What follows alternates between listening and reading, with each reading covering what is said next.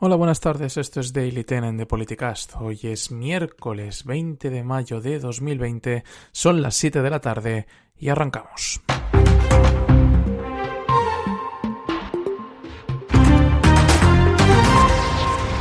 El Congreso ha trastocado los planes de Pedro Sánchez a medias. Continuamos en estado de alarma, pero solamente 15 días más, no un mes como quería el gobierno, y el apoyo de su investidura se trastoca tras los cambios de planes de Esquerra Republicana y pese al apoyo del PNV al estado de alarma. Ciudadanos ha vuelto a dar su apoyo y ha vuelto a ser clave para poder avanzar todavía más en este proceso de situación extrema, y vuelvo a avisar que todo esto es un acuerdo puntual.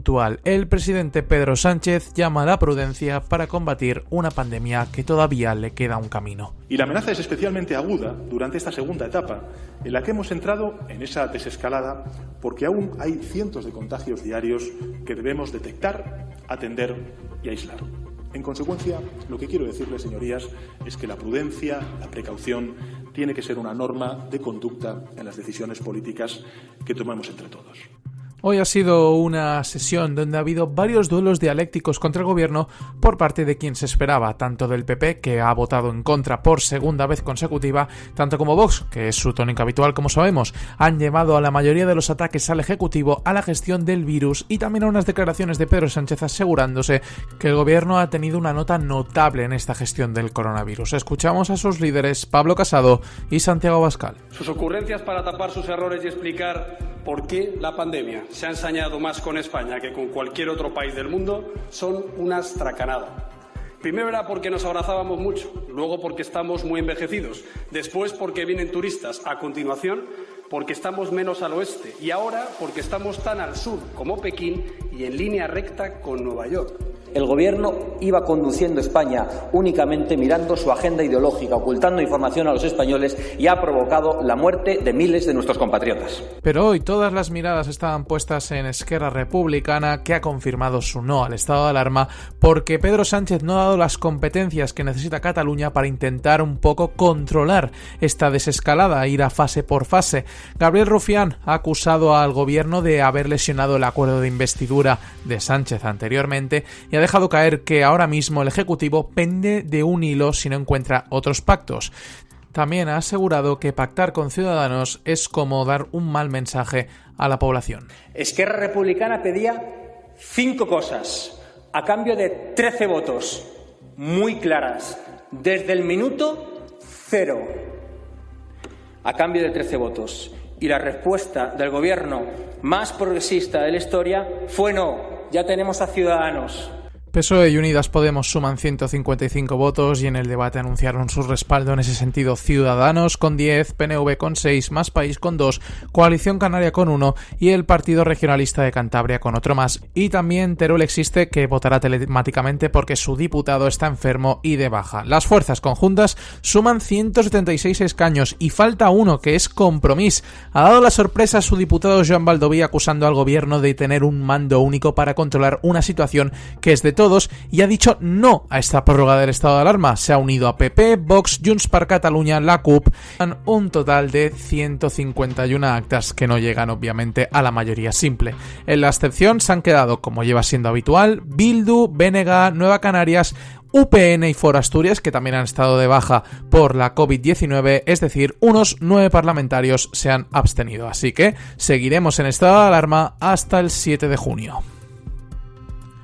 Un miércoles en el que el Boletín Oficial del Estado ha publicado la orden para obligar el uso de las mascarillas en lugares públicos, aunque podemos decir que hay algunas partes que son un poco laxas. La orden se pondrá en funcionamiento mañana jueves y tendrán que usarla obligatoriamente, aunque con excepciones, los mayores de 6 años cuando estén en la vía pública, en espacios al aire libre y en cualquier espacio cerrado de uso público o que se encuentre abierto al público, siempre que no sea posible mantener una distancia de 2 metros, la distancia de seguridad que se dice. En una calle concurrida o en una tienda con varias personas serían varios ejemplos en las que se tendría que usar obligatoriamente la mascarilla. Esto, por ejemplo, no afecta a aquellos que vayan a salir en bici o a correr, aunque no está explicitado dentro de la orden ministerial del BOE. Se tiene que recordar que en estos casos ya dijo el ministro Salvador que no se tendría que hacer. Además, se ha puesto como recomendable para menores a partir de los 3 años, pese a que no es obligatorio para ellos. La medida afectará a unas 45 millones de personas. El objetivo, como llevan diciendo desde el gobierno, es que todos aquellos que están contagiados pero son asintomáticos, es decir, que no tienen los síntomas y no lo saben, no puedan contagiar al resto. La orden se pone en marcha a partir de mañana.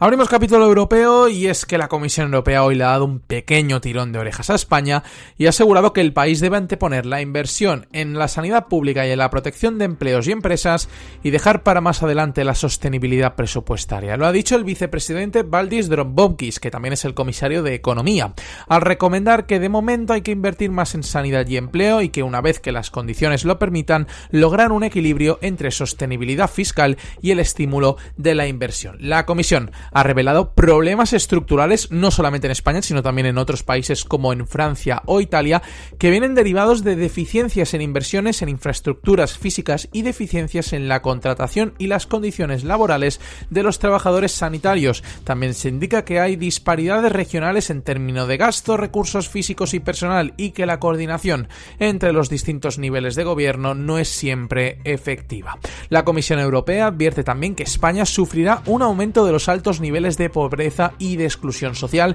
especialmente entre las familias con hijos. Señala que las consecuencias de la pandemia en España se agravarán por el alto nivel de desempleo en las PYME, pequeñas y medianas empresas, el elevado porcentaje de contratos temporales, 26,3% de los contratos fueron temporales en España en 2019 según la Comisión Europea, y el impacto en sectores como el turismo y la venta al por menor en el que España lidera. Más Unión Europea, más España, porque se resiste a levantar el pie del freno mientras sus vecinos europeos pisan ya el acelerador. La desescalada española se ha convertido en la más garantista de la Unión Europea, según un estudio de la propia Comisión que ha tenido acceso al diario El País, una situación que contrasta con el adelanto de 2 semanas que ha hecho Italia en su desconfinamiento o el fin de la cuarentena que ha decretado Francia para los ciudadanos provenientes de países europeos. Aunque en un principio el Ejecutivo de Pedro Sánchez defendió ante sus socios la necesidad de salvaguardar el turismo estival, el miedo a un nuevo pico de contagios que malogre el camino recorrido ha impuesto un enfoque restrictivo. El acuerdo aprobado el martes por el Consejo de Ministros para solicitar una prórroga del estado de alarma se basa en argumentar porque en el delicado equilibrio entre seguridad sanitaria y recuperación económica en España y se decanta la balanza a favor de lo primero. Prefiere más una seguridad sanitaria que la economía. El mantenimiento de fronteras cerradas para el turismo como mínimo será hasta finales de junio y choca con el Giro de Italia, que ha anunciado una reapertura para el próximo día 3, con el objetivo de dar tiempo a los posibles visitantes para que preparen sus viajes. Fuentes consultadas al Ejecutivo de Pedro Sánchez confirman al Mundo que le atribuyen muy directa esta decisión al presidente, porque considera que una apertura prematura pone en riesgo la mejora sanitaria en las últimas semanas. Dos últimas noticias internacionales. La primera es que la frontera sur de Estados Unidos queda oficialmente cerrada, también la norte desde Canadá, desde este jueves y sin fecha de reapertura para los miles de demandantes de asilo que se agolpan en el norte de México y también en el sur de Canadá. Se trata del último paso en una progresiva regulación que comenzó el pasado 20 de marzo con el argumento de que no se podía garantizar la salud de los inmigrantes en medio de la pandemia de la COVID-19. Aquella orden de no admitir demandantes de asilo se ha prorrogado 2 veces, hasta que se ha hecho sine die a partir de esta misma madrugada. No obstante, este anuncio ya no es inusual porque es uno de los objetivos del ejecutivo de Donald Trump. Desde el 20 de marzo hasta finales de abril, Estados Unidos ha rechazado en la frontera más de 20.000 personas. La orden afecta a todo aquel que quiera ingresar a Estados Unidos desde Canadá o desde México, que al entrar deberá ser confinado en un centro de detención. Para ser más exactos, las personas sin documentos de inmigración válidos que quieran pedir refugio. Muchos son unidades familiares y sobre todo proceden de Centroamérica. El presidente estadounidense Donald Trump siempre ha dicho que este tipo de inmigración es un agujero del sistema que la gente aprovecha para quedarse en el país y quiere cerrar el sistema de asilo de Estados Unidos, una de sus políticas estrella y que es una de sus grandes obsesiones. Ahora, con la excusa del coronavirus, parece que lo va a aprovechar. Acabamos en un país poco hablado y ese es Burundi, en África. Celebra este miércoles sus primeras elecciones presidenciales después de 15 años y están marcadas por el riesgo de violencia, el miedo al coronavirus, que según cifras oficiales apenas ha rozado el país, y la pugna entre dos principales aspirantes, el oficialista y el opositor.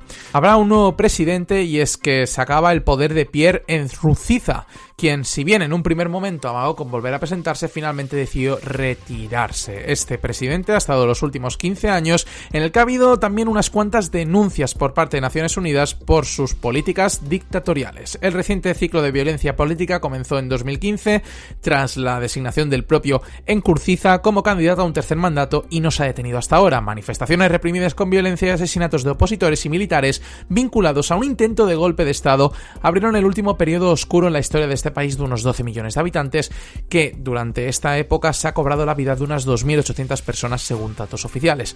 El régimen está en el punto de mira de la justicia internacional por estos hechos, por crímenes por la humanidad, hasta el punto que Burundi se convirtió en 2017 en el primer país en abandonar la Corte Penal Internacional. Dado el férreo control del régimen sobre la Comisión Electoral y sobre la administración judicial, de lo que también se ha alertado la Comisión de Naciones Unidas, todo apunta a una victoria del candidato gubernamental. Tendremos que esperar a mañana para saberlo. Y hasta aquí un nuevo Daily Ten, el del miércoles 20 de mayo. Muchas gracias a todos por escucharnos. Como siempre, podéis seguirnos en nuestras redes sociales, en Twitter, a quien les habla @Iván_Beas4, y en Instagram @depoliticast_. Les espero mañana con más noticias políticas.